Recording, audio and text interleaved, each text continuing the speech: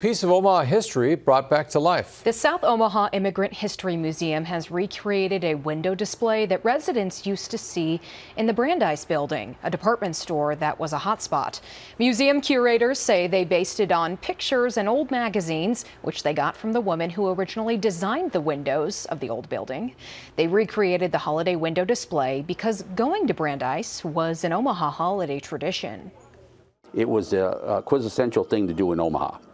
Everybody would wait for the Brandeis Christmas windows to open. All the people would gather there to see the windows, and they were always animated. They were the robotic type animation. In fact, one of the things in there, two of them in there still work that I had from the 1950s.